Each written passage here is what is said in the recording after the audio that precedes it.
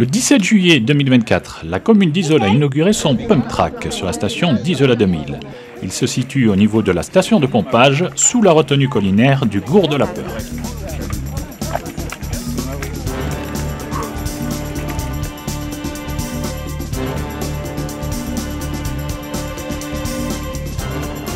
Bon, messieurs, vous avez participé à la réalisation de ce bel équipement. Avant, qu'est-ce qu'il y avait ici ? Bah écoute, avant c'était donc l'ancien lac du golf qui servait à arroser le green du golf. Le golf n'existe plus, le lac était vide, donc il y avait des bâches qui n'étaient pas très jolies en soi, d'où l'idée de créer un projet à cet endroit-là, dans un cadre qui est plutôt magnifique. Et le pump track est arrivé petit à petit. Et ils sont arrivés à concrétiser ce projet et nous, avec l'entreprise Valtinier représentée par Pierre ici, on a participé à la création de ce pump track en compagnie de Bike Solutions. Au niveau des matériaux, Pierre ? Alors ce qui est intéressant à noter, c'est que c'est un lieu qui a été renaturé, donc, puisqu'il avait une autre fonction au préalable, et en même temps, tous les matériaux qui ont été utilisés sont issus du réemploi. Alors aujourd'hui, nous, dans les Alpes-Maritimes, on est très impliqués dans la RSE. Et cette RSE, elle implique que tout ce qu'on peut faire en local, tout ce qu'on peut réutiliser sur site, on le fait. Donc là, c'est un exemple vraiment parfait. C'est-à-dire qu'on a réemployé 100% des matériaux, parfois en les séparant, en les retravaillant. Mais ça a été le boulot quotidien de Christophe et des équipes. Et on en est particulièrement fiers. Parce qu'effectivement, on est dans un site où on n'a rien amené d'apport extérieur, si ce n'est les équipements qu'on voit et qui nécessitaient effectivement un peu de technicité et Bike Solutions à emmener cette technologie. Merci. Donc François, cet outil ne va pas servir uniquement à faire du vélo. Il sert aussi à faire du skateboard, de la trottinette, de tout ce qui roule en fait, même du patin, on peut pratiquer pour tous les sports.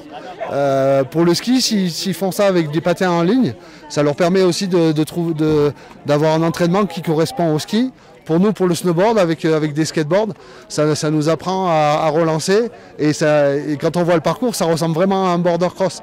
Donc c'est vraiment ce qu'on recherche en border cross, autant pour le skieur cross que pour le snowboard cross. C'est de trouver les moyens de relance, d'accélération. Et le parcours correspond parfaitement pour l'entraînement de tous nos sportifs. Merci Nina.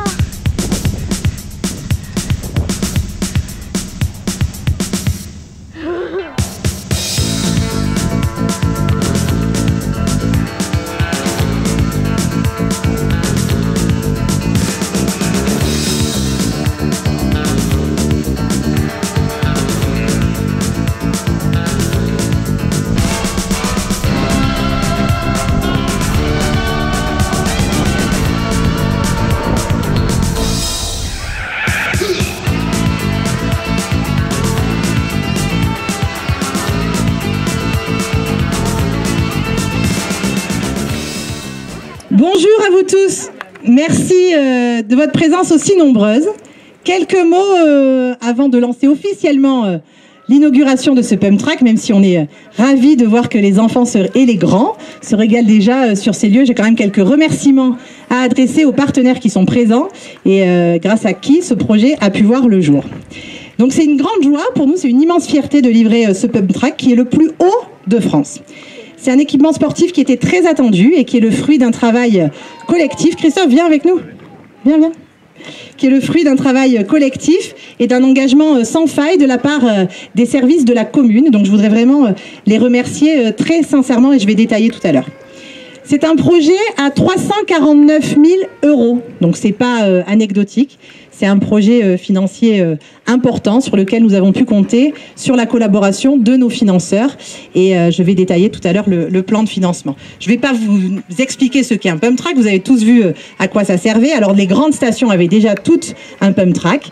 Nous n'avions pas de pump track à Isola 2000, ça a été très compliqué de trouver un lieu qui puisse s'y prêter. C'était impossible de trouver un lieu au centre de la station, voilà. Donc je sais que certains sont un peu tristes que le pump track soit un peu excentré, mais on est aussi un petit peu mal habitué à Isola 2000 grâce à cette au front de neige d'avoir toutes les activités qui soient centralisées, mais dans la plupart des stations, les activités se situent un peu de partout dans la station. Donc de toutes les façons, c'était impossible de le faire en centre station et on est ravis que ce projet ait pu voir le jour. On a voulu créer un espace qui rassemble, un lieu où les générations se rencontrent, échangent et partagent des moments de plaisir et de convivialité. Je voudrais remercier, avant de lui passer la parole à la fin de mes propos, l'Agence nationale du sport, avec Monsieur Rigolo qui est ici présent, le conseil départemental et les élus qui sont là, qui ont validé le projet et la participation financière de la commune. Monsieur Rigolo, c'est le directeur du service départemental à la jeunesse, à l'engagement et au sport. Et il a été d'une aide extrêmement précieuse. Merci beaucoup pour votre présence à nos côtés. Il faut savoir que l'Agence nationale du sport, c'est Elsa qui nous a trouvé le filon. Merci Elsa d'avoir travaillé sur ce dossier, sur la partie administrative. Ils ont financé ce projet à hauteur de 192 840 €. Donc si ce projet a vu le jour aujourd'hui, c'est aussi grâce à eux et je vous demande tout de suite vraiment de les applaudir.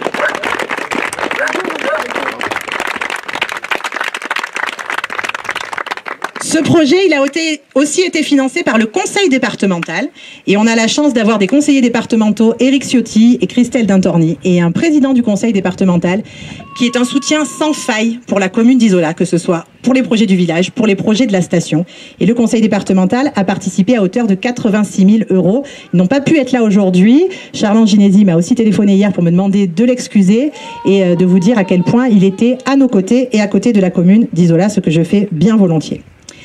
Je voulais remercier évidemment les entreprises qui ont participé à ce projet. L'entreprise Valtinet, représentée par Pierre Mario, l'entreprise Ferrier, représentée par la team Ferrier au complet, et l'entreprise Bike Solutions, qui ne pouvaient pas être là aujourd'hui parce qu'ils sont sur un autre chantier, mais on a des locaux qui ont travaillé aussi avec Bike Solutions, je pense notamment à Damien, et qui sont aussi représentés par les autres entrepreneurs qui sont là.